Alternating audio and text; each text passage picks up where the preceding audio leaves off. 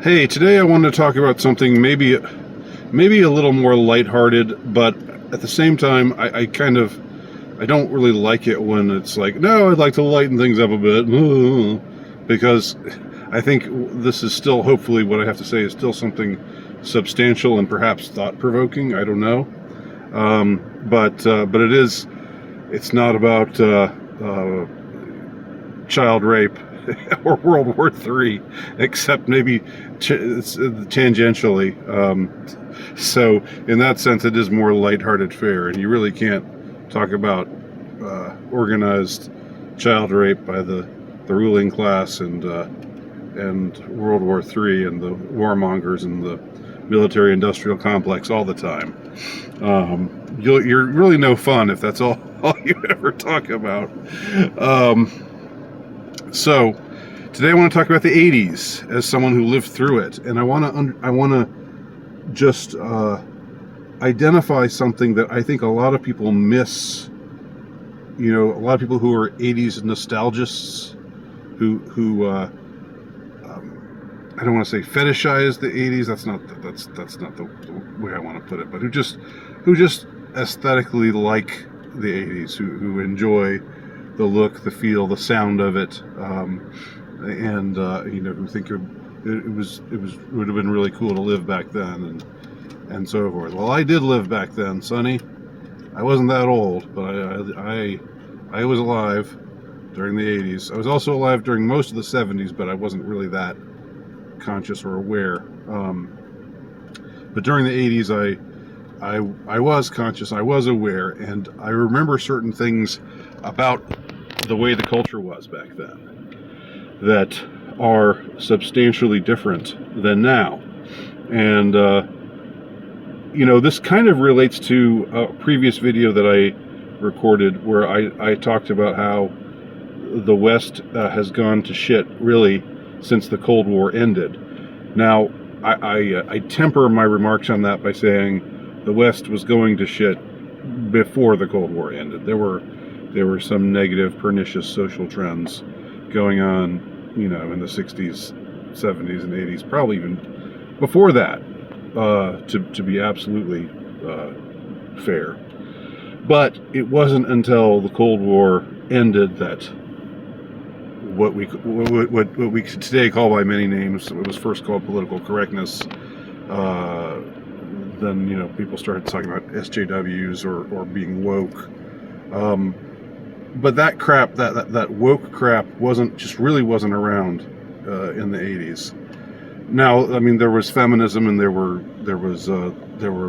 gay rights people and wasn't much tranny stuff yet, but there were. It's not like those trends were totally gone or nowhere to be found at all. I mean, quite the contrary. They were out there, but not in the same form as today.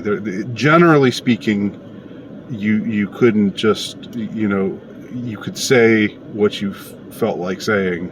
You could observe things that were true or that you found to be true, and not have your life totally ended if people got offended by it. Now, of course, this was also before social media, and there are also some exceptions to that rule. There were some who got in trouble, like Jimmy the Greek, Andy Rooney, and even Howard Cosell, when he called some running back for the Washington Redskins a little monkey, totally guilelessly. I think he was just trying to. It's funny to think about now, but I think he was just trying to talk about how he just was all over the place, and like he was swinging on branches like a little monkey. He just couldn't keep him down. But Cosell got in some hot water for that. But it came and went. He didn't get fired, and so generally speaking, there weren't these kinds of things that have gotten so prevalent and so tiresome now. But here's something else I want it to be understood about the 80s, because I think most people who who are my viewers. Most people who watch this channel are younger than me. And this is something that isn't talked about as much. And it's something that it is something that I did a video about, and I posted a video about on my old YouTube page, but it's of course not accessible anymore, so I'm rebooting it. And that is, the 80s were a time really before there was that much cultural irony. Now, I'm not saying irony didn't exist, or anything like that, but there wasn't that much of a mechanism for enjoying things ironically. That really started up. That started in the 90s. The 90s were the time, where the era where it was suddenly like, I guess with Gen X going into its 20s and bringing its jaded sensibilities forth. That was the first. It was really in the early to mid 90s that you first started hearing the whole concept of enjoying something ironically, or pretending to like something, or liking something, but knowing that it's bad also at the same time. Liking it for. It's sort of the same thing as with camp, I guess. So it has an antecedent even before that, but there really wasn't that much of even what would today be called high camp, without the gay connotation. Take the gay stuff out of it. I know that camp and gays are often associated with one another, but I'm just talking about like bad science fiction movies, the kind of things, with really poor special effects and so forth. Like the kind of stuff you'd see lampooned on Mystery Science Theater 3000. There really wasn't that much of a mechanism. There was starting to be, because Spinal Tap was released in the 80s, but Spinal Tap was an anomaly. Most like people who liked heavy metal in the 80s, and liked the aesthetics of heavy metal, they liked this stuff unironically. Okay, it was straight up. It was like you watch Def Leppard, Rock of Ages, and you see the lead singer like swinging the sword like he's in Dungeons and Dragons, and and all this ridiculous stuff. Nobody watched that video and thought, that's ridiculous. Nobody is you know what I mean when I say nobody. I don't mean literally nobody, but it just wasn't generally done, and people didn't see Motley Crue, with their teased hair and their black eyeshadow, and think, hey, that's the four pretty girls. Oh wait, they're macho guys, really, but why do they look like women? Nobody thought that at the time. It was just like, yeah, Motley Crue rocks. And of course, people were fans of Motley Crue over, since then and into the present. But today there is more of a notion of like, man, these fashions, these hairdos were just ridiculous. They were so tacky, and at the time, it wasn't like you could enjoy these fashions ironically. It wasn't really done. Like you look back at look back at my high school yearbook, and all the girls with big hair, like huge hair, teased up way high. And today we look and think, man, that's such 80s hair. But at the time, you just thought, oh well, there's a girl, and there's another girl, and there's another girl. Their hair, they have big hair, I guess, but that's just the way girls look. Honestly, I remember, and this is going to be this is so funny, when I really think about it now. But I honestly remember thinking at the time, like in 85 or 86, I remember thinking to myself, in the past, in the 50s, there were these people who dressed this way and it looked like so 50s, and in the 60s, people dressed this way and it looked so 60s, and this was kind of before it was too soon for 70s nostalgia. Everybody would for most of the 80s, everybody was just down on the 70s. Everybody just thought the 70s were so stupid and they sucked, and bell bottoms. And it wasn't until into the 90s that people started wearing bell bottoms again and started wearing 70s looking hairdos again. But anyway, I remember thinking to myself, but now everybody just looks normal. I mean, and I remember this is you think I'm putting you on, but I'm not. I remember actually thinking to myself, years and years from now, when people look back at the 80s, what are they going to have to to make fun of? Everything just looks normal now.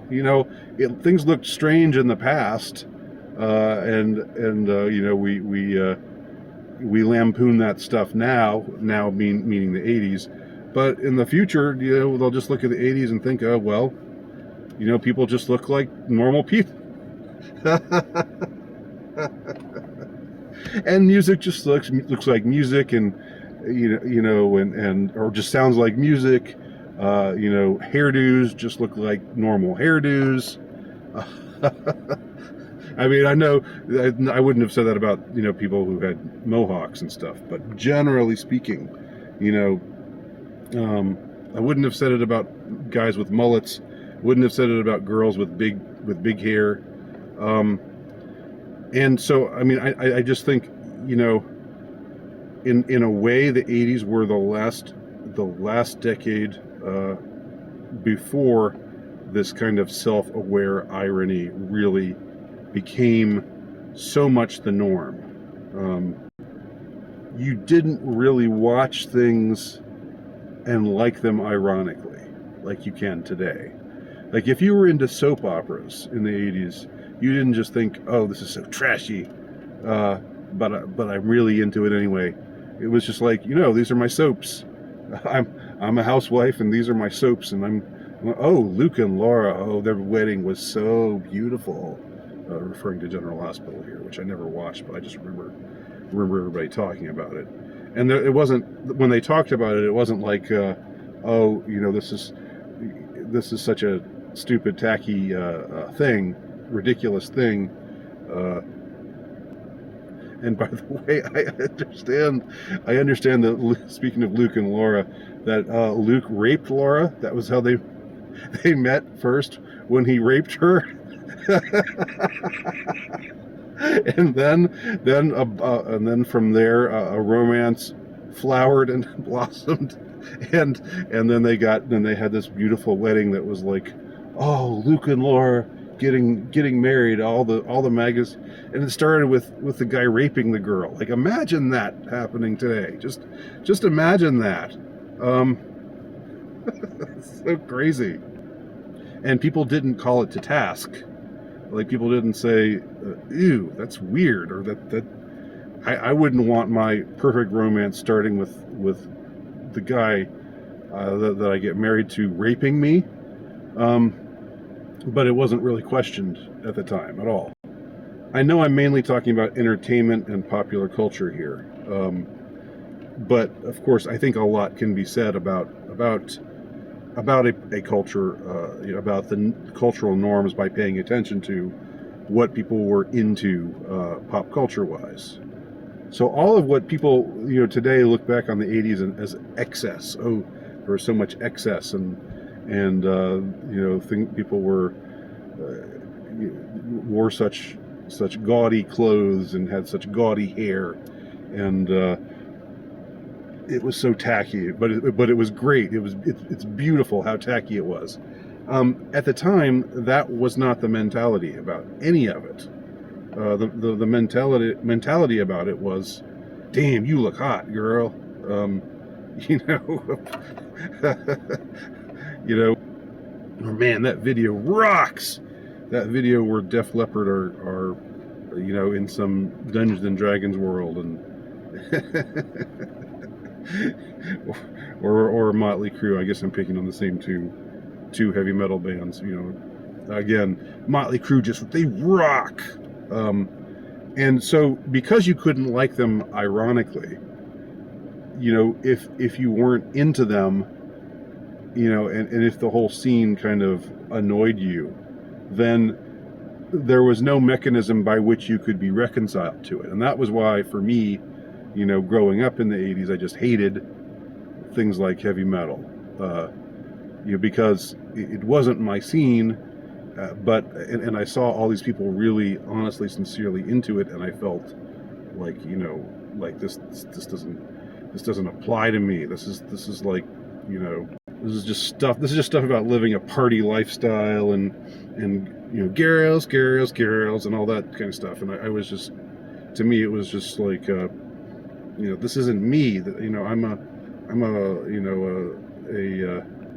I gravitate to new wave and to alienation and despair, and so I hate this stuff. This is just middle America stuff, and it was like, that was how you like with country or with hard rock or heavy metal or stuff like that. That was very much for what we would today call the normies. But what would we say about them? Just for the jocks and the cheerleaders and all the people that I had nothing in common with.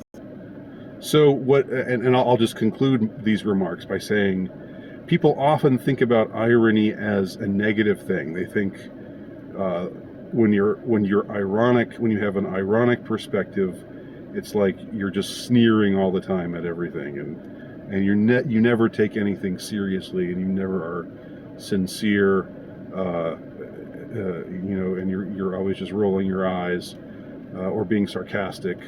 But what I think has to be understood about the function of irony can be a means by which one's heart is significantly softened, and one becomes more tolerant, and one comes to see that, like Sister Christian by Knight Rider, or Night Ranger, sorry. Sister Christian by Night Ranger is actually kind of, even though it's a corny power ballad, it's kind of rockin'. The build up into the chorus is pretty intense. Gin gin gin gin gin. It's true, yeah. Motorin. Like in the 90s, I was like, yeah, okay. I know that Night Ranger's is crap and all that, and their hair is crap and their clothes are crap, and but I can like and I don't like their music, but I can like the song. I can see what there is to like about this song. So irony provides a means by which you can appreciate things, which without irony you just feel absolutely shut out from. And so anyway, those are just some thoughts about the decade of the 80s.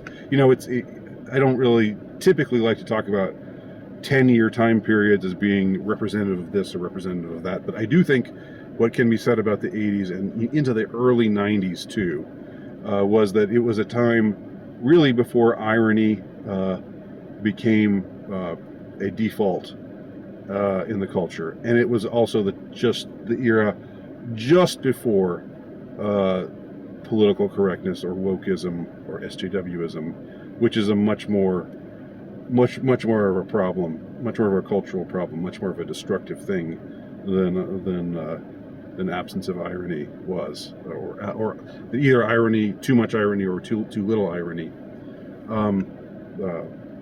It was also the last era before irony became, or before SJWism became just this never-ending, ever-present thing.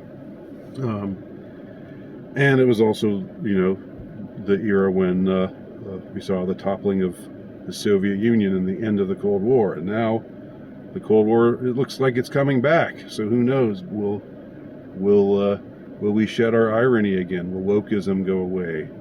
These are interesting questions. If Cold War II is for real.